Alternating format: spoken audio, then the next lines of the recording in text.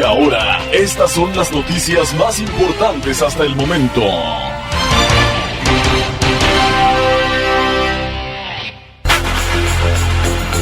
Hola, ¿qué tal? Mucho gusto en saludarlos. Estamos ya con nuestro resumen de noticias en este viernes, que es 4 de este mes de julio, año 2025, festejando a Nuestra Señora del Refugio. Bueno, estamos transmitiendo como siempre en el sureste de México, aquí en San Cristóbal de las Casas, Chiapas, a través de logosradio.com.mx y Mágica FM 98.7.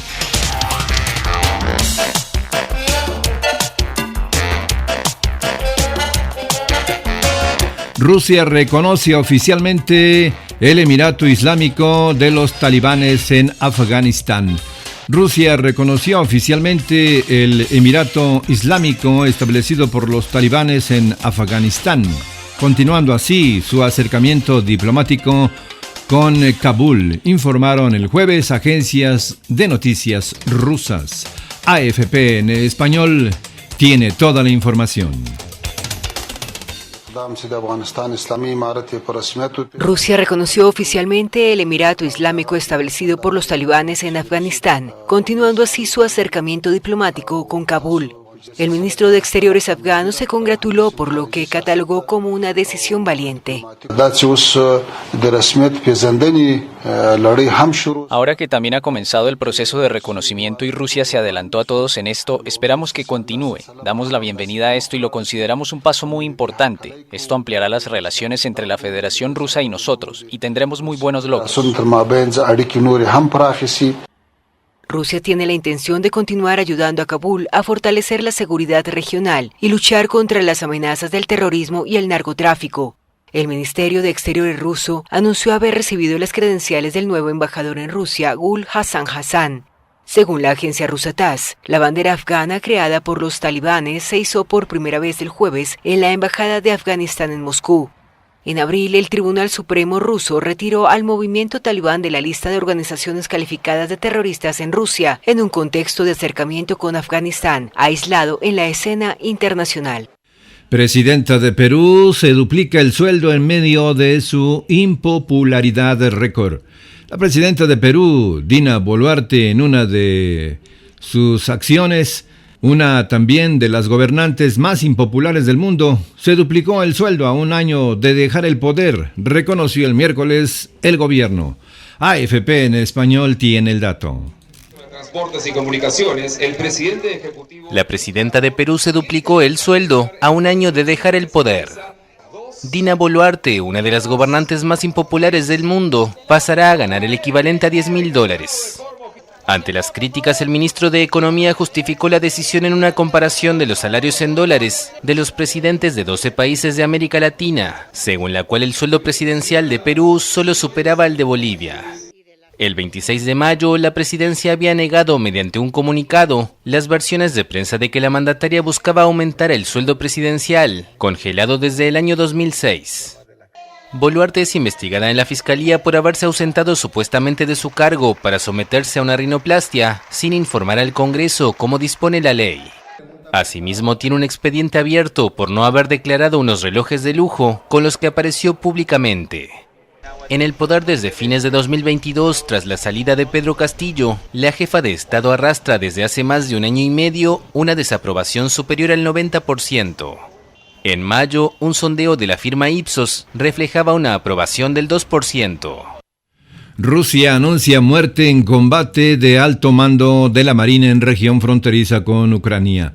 Mikhail Gudkov, subcomandante de la Marina rusa, murió en operaciones de combate en la región de Kursk, fronteriza con Ucrania, y blanco de ataques de las fuerzas del país vecino, según informó el jueves el ejército ruso. La información la tiene AFP en español. Rusia anunció el jueves la muerte en combate del subcomandante de la Marina. El Ministerio de Defensa aseguró que Mikhail Gudkov fue asesinado durante operaciones de combate en la región de Kursk, fronteriza con Ucrania y blanco de ataques de las fuerzas del país vecino. Se trata de uno de los oficiales de más alto rango fallecidos desde el inicio de la invasión rusa de Ucrania en febrero de 2022. Gudkov, de 42 años, servía desde 2000 y hace 2 años fue condecorado por el presidente Vladimir Putin con la medalla de héroe de la Federación de Rusia, la más importante a nivel nacional. En agosto de 2024, el ejército ucraniano lanzó una ofensiva sorpresa en la región de Kursk y logró ocupar gran parte del territorio.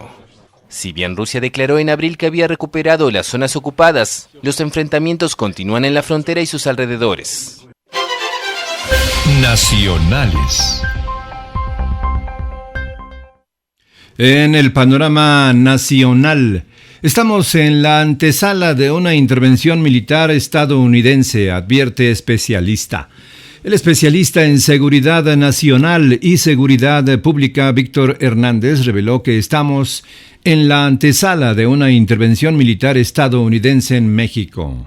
El Universal tiene la información. En medio de un escenario de recientes decomisos de Huachicol en Baja California, Tamaulipas, la mini refinería de Veracruz y la detención de 32 personas involucradas en este delito en el centro del país, además del señalamiento del Departamento del Tesoro de Estados Unidos, Asibanco, Vector e Intercam, 3 instituciones financieras con sede en México por lavado de dinero, el especialista en seguridad nacional y seguridad pública, Víctor Hernández, reveló que México enfrenta riesgo de intervención militar de Estados Unidos. Lo digo con mucha responsabilidad porque ya no es alarmismo, todos los síntomas están ahí.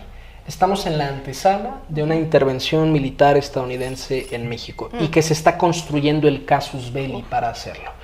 No va a ser una invasión en el sentido del siglo XX, va a ser una campaña como la de Yemen, como la de Libia, una campaña... ¿Qué significa qué? Ataques con drones, secuestros de ciudadanos ataques, sí, del ejército estadounidense en territorio nacional. Ya tenemos el despliegue, ¿no? Un destructor en el Pacífico, otro en el Golfo, que dan cobertura con misiles Tomahawk, que son los que se utilizaron, por ejemplo, ahorita en Irán y en Israel. Tenemos además la nueva embajada que se acaba de construir. Al final, esas embajadas no se construyen de a gratis, se construyen con equipo de vigilancia electrónica, con medidas de contrainteligencia. El embajador es un ex boina verde. O sea, es brutal lo que nos estás diciendo, Víctor. ¿Cuándo crees que esto podría suceder? Hablemos de qué ha pasado antes. La invasión de Irak, en términos de Estado Mayor, de planeación, tardó un mes en armarse, en planearse. Donald Trump se enfrentó a una enorme resistencia, siquiera para hablar de esto, porque a mí me tocó en Los Pinos. Ya Donald Trump había hecho una primera sugerencia de hacer esto, y quien se puso al tiro y quien lo empujó fue su entonces secretario de Defensa. Porque la burocracia militar estadounidense sabe que es una locura agredir a un país aliado, vecino. Pero ya purgó el Departamento de Defensa, acaba de correr a 3 comandantes de Fuerzas Armadas, directores generales, subsecretarios, o sea, acaba de haber una purga sin precedentes en el Departamento de Defensa. Y en realidad, digamos, las llaves ya las tiene, nada más tiene que decidir arrancar el coche. Pero además se está construyendo un consenso internacional, o sea, ya Canadá también salió a decir sí, son narcoterroristas. Y frente al terrorismo no hay negociación, no hay respeto a la soberanía. Así es. Y además ya nos está dando la lista de objetivos, la lista de gente que ya perdió su visa. Esa es la gente que probablemente está en la mira de esa lista, de esos ataques, de esas exfiltraciones. A mí me parece una cuestión de unos cuantos meses, si no es que unas cuantas semanas. Esto fue gravísimo, lo decía. ¿Cómo debe reaccionar un gobierno cuando eso sucede? O sea, Claudia Sheinbaum al primer ataque del ejército, no sé, voy a decirte, en un... si se localiza que hay un espacio en donde ya tienen localizado al Mencho y se ataca justamente esa zona, y además hay heridos civiles y guardias nacionales heridos, en fin, ¿no? ¿Cómo reacciona un gobierno ante el ataque estadounidense? ¿Cuál sería su responsabilidad? A ver, yo no hablaré de responsabilidad, sino de supervivencia. Si el gobierno mexicano quiere sobrevivir a esta escalada, lo que tiene que fingir es que está de acuerdo y decir sí, aceptamos la colaboración con el gobierno estadounidense. Que no. Sí, y ha estado con una retórica nacionalista. Es que todo el mundo es muy gallito hasta que le cae un misil de un dron Bayraktar o de un Predator, ¿no? O sea, todo el mundo habla de soberanía hasta que te das cuenta que México no tiene mecanismos de defensa antiaérea, de guerra electrónica. O sea, estamos indefensos en nuestro espacio aéreo. Eso puede pasar. Y es más, ya empezó a pasar esto de que los aviones espía estadounidenses prendieran sus transponders. Siempre ha habido vigilancia aérea estadounidense, pero el que te avisen, aquí estoy, es ya un mensaje agresivo de de ya no me importa si me ves y quiero que sepas que estoy observando y recolectando inteligencia. Entonces, yo creo que su salida fácil es decir, acepto la colaboración, pero en realidad no tenemos ninguna forma de reaccionar si eso pasa. O sea, no. ¿Quién es Frida Muñoz, esposa de Julio César Chávez Jr. y expareja del hijo del Chapo? En su juventud, la esposa del boxeador sostuvo una relación sentimental con Edgar Guzmán López, hijo de Joaquín El Chapo Guzmán. El Universal Deportes tiene el dato. El Servicio de Inmigración y Aduanas de Estados Unidos arrestó al boxeador mexicano Julio César Chávez Jr., a quien se le acusa de tener presuntos vínculos con el cártel de Sinaloa. A través de un comunicado, el Departamento de Seguridad Nacional confirmó la detención y señaló a Chávez Jr., hijo del legendario pugilista Julio César Chávez, como relacionado con dicha organización criminal. Se está tramitando su expulsión acelerada de Estados Unidos. Este afiliado del cártel de Sinaloa tiene una orden de arresto activa en México por su participación en el crimen organizado y el tráfico de armas de fuego, municiones y explosivos. Se lee en el comunicado. ¿Pero quién es Frida Muñoz? Frida Muñoz nació el 26 de julio de 1987 y cursó estudios universitarios en Administración de Empresas, así como una maestría en Finanzas en la Universidad Tec Milenio. En su juventud, se casó con Edgar Guzmán López, hijo de Joaquín El Chapo Guzmán, con quien tuvo una hija, Frida Sofía, nacida en 2006. Tras el asesinato de Edgar en 2008 en Culiacán, ella quedó viuda y madre soltera. Frida inició una relación con el boxeador Julio César Chávez Jr., hijo de la leyenda del boxeo mexicano. La esposa del boxeador cuenta con más de 84,000 seguidores en Instagram, donde comparte imágenes de su día a día junto con sus hijos y amigos. Familia de Julio César Chávez Jr. se pronuncia tras su detención en Estados Unidos.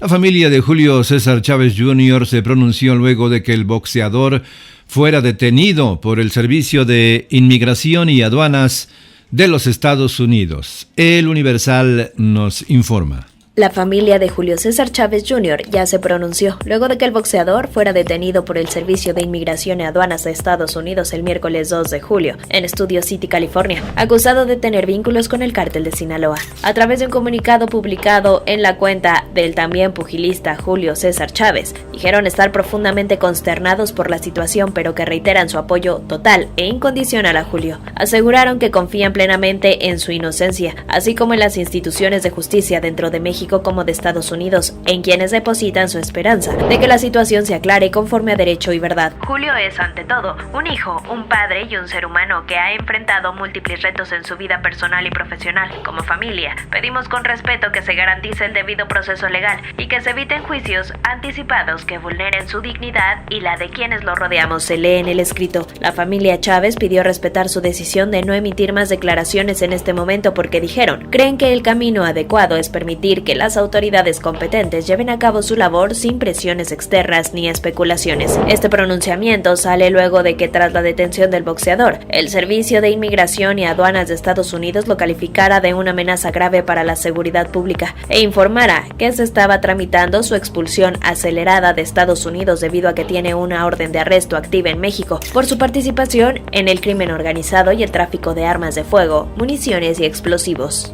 Sheinbaum cuestiona acuerdos entre Ovidio Guzmán y autoridades de Estados Unidos. La presidenta señaló que es un caso de extradición, entonces, por lo menos, deberían tener coordinación, información con la Fiscalía General de la República. Milenio tiene el dato. Y por último, su opinión sobre el tema de Estados Unidos, sobre el caso de Ovidio Guzmán. Es buena pregunta esa. A ver, voy a hacer preguntas sobre el caso. ¿Cómo nombró el gobierno de Estados Unidos a las organizaciones de la delincuencia organizada en México? ¿Qué ha dicho el gobierno de Estados Unidos con relación a organizaciones terroristas? ¿Y qué está haciendo?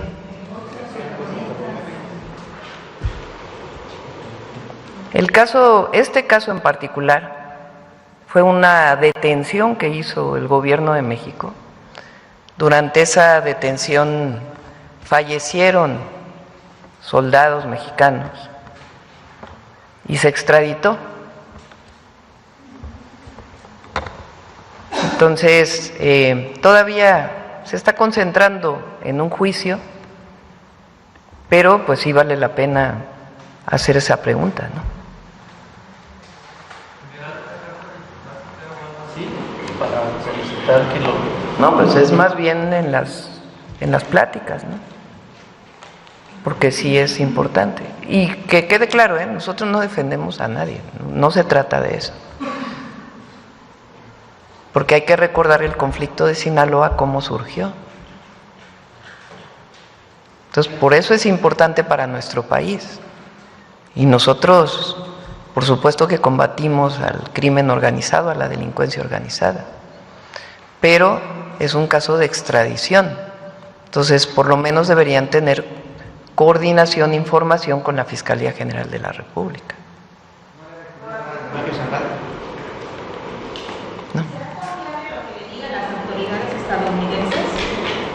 Bueno, o sea, ya se está llevando el juicio. Lo que nosotros planteamos, pues, es esta situación. Y los impactos que tuvo una detención como se dio en el caso de Sinaloa, que es uno de los estados que, pues, hoy tiene los mayores niveles de homicidios. México está sin dinero y bajo el crimen organizado. Cuauhtémoc Cárdenas. En Morelia, Michoacán, durante el 37 aniversario luctuoso del político Francisco Javier Obando Hernández y frente al gobernador morenista Alfredo Ramírez Bedoya, el ingeniero Cárdenas indicó que ve dos grandes problemas para México. La otra opinión nos informa. Obstáculos mayores en este momento veo principalmente dos cuestiones.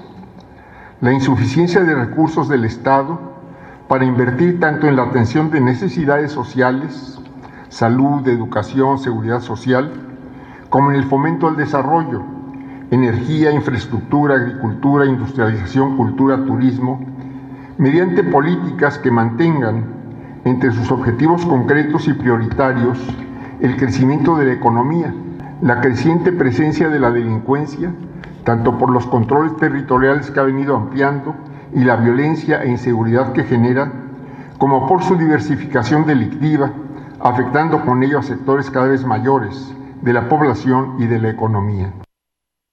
Obstáculos mayores en este momento veo principalmente dos cuestiones.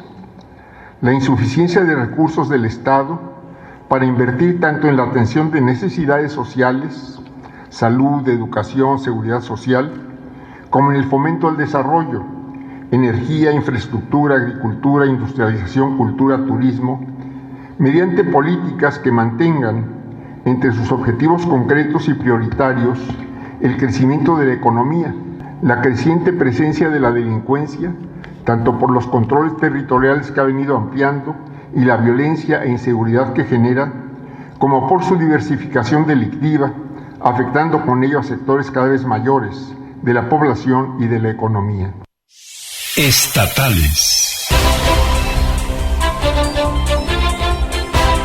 En información estatal, a través de Isaí Flores, el cierre del cruce entre el Libramiento Norte y el Boulevard Juan Pablo II ha contribuido a agilizar la circulación vehicular y a reducir el riesgo de accidentes, aunque ha implicado recorridos más largos para las rutas del transporte colectivo, que ahora deben desviarse desde el paso a desnivel del Hospital General Jesús Gilberto Gómez Maza hasta el paso desnivel Torres Chiapas en la calzada Andrés Serra Rojas. El operador de la Unidad 07 de la Ruta 75 señaló que tras el retiro del semáforo y cierre del cruce, el tráfico en el Libramiento Norte se ha vuelto más fluido tanto en sentido poniente-oriente como oriente-poniente, ya que ahora no hay manera de detenerse en ese tramo. Sin embargo, las unidades que transitan por Juan Pablo II deben rodear hasta la zona de hospitales, retornar por el Libramiento y acceder por la colonia 13 de Julio. Asimismo, el operador hizo un llamado al Ayuntamiento de Tuxtla Gutiérrez para que se construya un puente peatonal lo antes posible, ya que en la zona pues la velocidad es alta, la velocidad del tráfico se ha incrementado y existe un alto riesgo para los peatones, sobre todo en zonas donde cruzan personas de todas las edades. Y en Chiapas inicia la canícula, prevén más de 45 grados en Chiapas. Se indica una de las temporadas más calurosas del año, la canícula, previniendo que en el Soconusco supere los 40 grados, según los pronósticos del Servicio Meteorológico Nacional. Milenio tiene la información. ¿Qué tal? Muy buenas tardes, un gusto saludarte desde el sureste del país. Y efectivamente, pues luego de haber vivido episodios de lluvias muy fuertes en todo el estado de Chiapas, ahora pues prácticamente justamente nos explicaban especialistas de la Secretaría de Protección Civil, quienes advierten que precisamente con la entrada de la canícula se prevé una disminución de lluvias en todo el estado.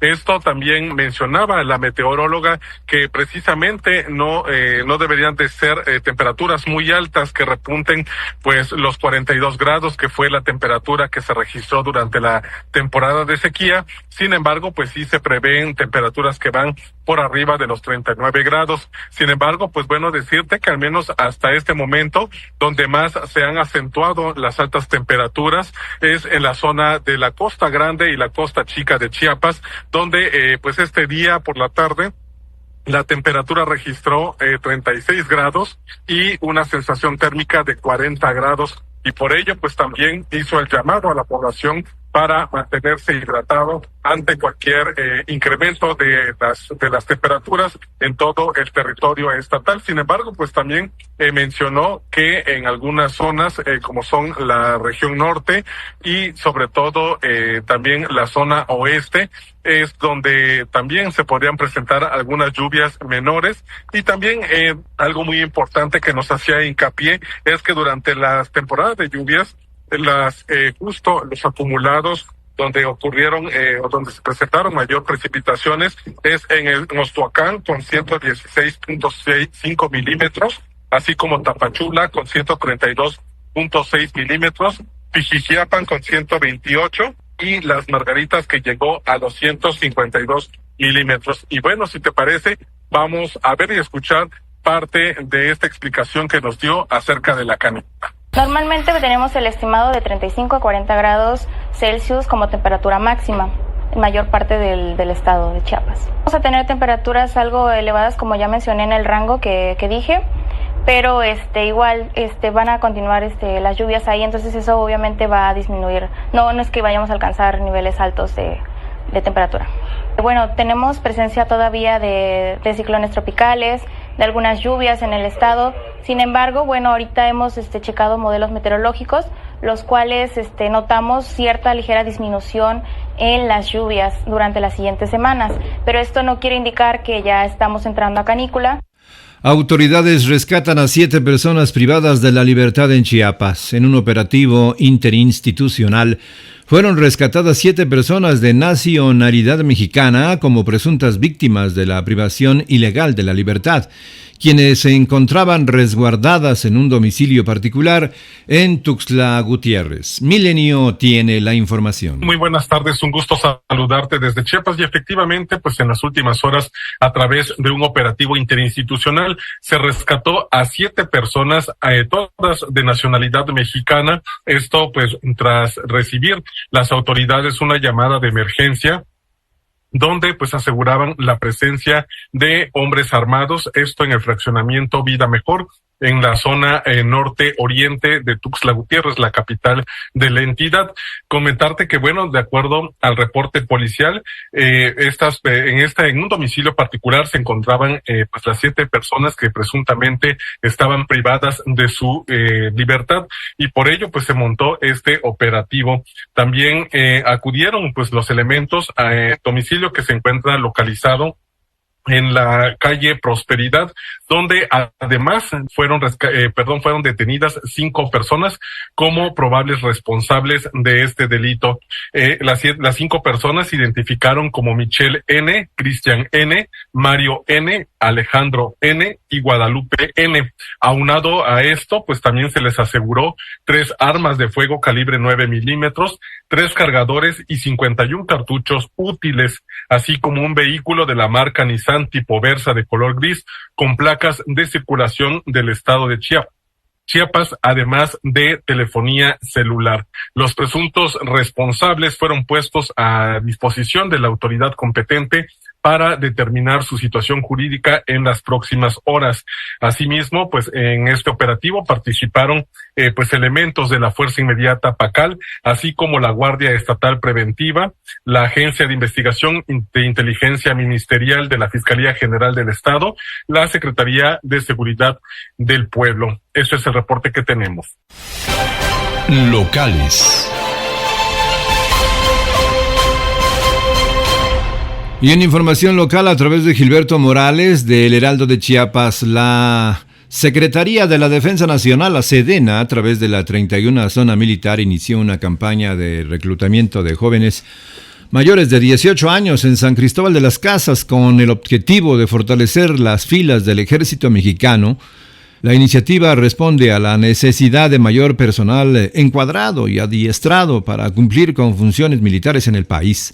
Como parte de esta campaña, elementos del ejército mexicano adscritos a la comandancia de la 31 Zona Militar con sede en Rancho Nuevo instalaron un módulo de información en los pasillos del Museo de San Cristóbal, el MUSAC. La convocatoria está dirigida exclusivamente a hombres mayores de 18 años interesados en integrarse a la Policía Militar en la ciudad de Puebla. El módulo de atención opera de lunes a viernes en un horario de 9 a 14 horas. Entre los requisitos para el proceso de selección se encuentran identificación oficial, INE, constancia de estudios, mínimo nivel preparatoria, CURP actualizada y ser mayor de 18 años, contar con documentación que acredite nacionalidad mexicana. Los aspirantes que cumplan con los requisitos serán trasladados al cuartel de la Policía Militar en Puebla, donde deberán aprobar una serie de exámenes médicos, físicos y generales bajo la supervisión de personal militar. Y por otra parte, a través de Janet Hernández, corresponsal del Diario de Chiapas desde Oxchuc, ante la escasez de agua potable en Oxchuc, miles de habitantes han optado por almacenar agua de lluvia para su consumo diario, gracias a un proceso de purificación implementado por la organización Cántaro Azul. Desde hace más de 7 años, Cántaro Azul trabaja en este municipio con el objetivo principal de garantizar agua segura para la población, especialmente en escuelas. Janet López, directora del programa Agua Segura en Escuelas, informó que han instalado sistemas de captación de agua pluvial que incluyen filtros de membrana para su purificación. En Oxchuc instalamos un bebedero con captación de agua de lluvia, en una escuela primaria que atiende a 200 alumnos. El objetivo es que niños y niñas puedan consumir agua totalmente limpia y purificada, ya que antes carecían de acceso al vital líquido, explicó.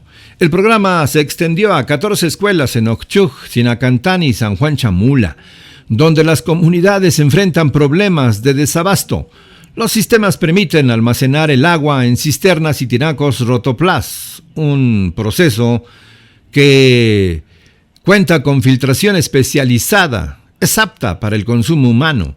Pese a los compromisos anuales de autoridades tradicionales de presentar proyectos de abastecimiento, la escasez persiste, por lo que la captación de agua de lluvia se ha convertido en la alternativa más viable para garantizar este derecho básico en la región celtal de los Altos de Chiapas.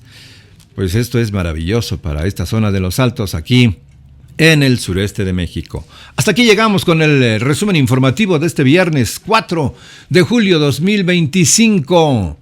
Bueno, es el aniversario 249, la independencia allá en los Estados Unidos, el día de la independencia de los Estados Unidos. Gracias por estar con nosotros. Llegó el viernes, gracias a Dios ya es viernes. Excelente fin de semana para usted y para toda su familia. Continuamos. Ahora usted está bien informado. Espere nuestro próximo corte informativo.